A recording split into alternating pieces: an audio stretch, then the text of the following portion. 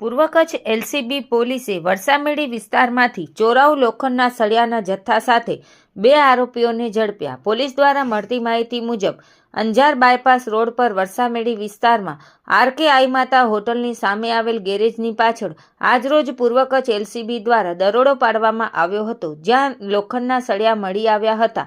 આરોપીઓ મૂળ મુન્દ્રાના વવારના હાલે અંજારના દબડામાં રહેતા હરિભાઈ સામરાભાઈ ગઢવી અને મૂળ અમરેલીના હાલ અંજારમાં રહેતા મેહુલભાઈ રવિદાનભાઈ ગઢવીની અટક કરવામાં આવી હતી। આરોપીઓ હાઈવે રોડ પરથી પસાર થતા લોખંડના સળિયા ભરેલ ટ્રેલરના ડ્રાઈવરોને રૂપિયાની લાલચ આપી તેમાં રહેલા લોખંડના સળિયાના જથ્થામાંથી સળિયાની ચોરી કરાવતા હતા। પોલીસ દ્વારા અલગ અલગ કંપનીના અલગ અલગ સાઇઝના કુલ 10,130 કિલો લોખંડના સળિયા કિંમત રૂપિયા 5,06,500નો મુદ્દામાલ કબજે કરવામાં આવ્યો હતો। પોલીસે બંનેને ઝડપી આગળની તપાસ હાથ ધરી છે। આ કામગીરી લોકલ ક્રાઇમ બ્રાન્ચના PI NN Chudasama, PSI MV Jadeja તથા એલસીબી સ્ટાફ દ્વારા કરવામાં આવેલ છે। રિપોર્ટ ભારતી માખીજાણી, અંજાર।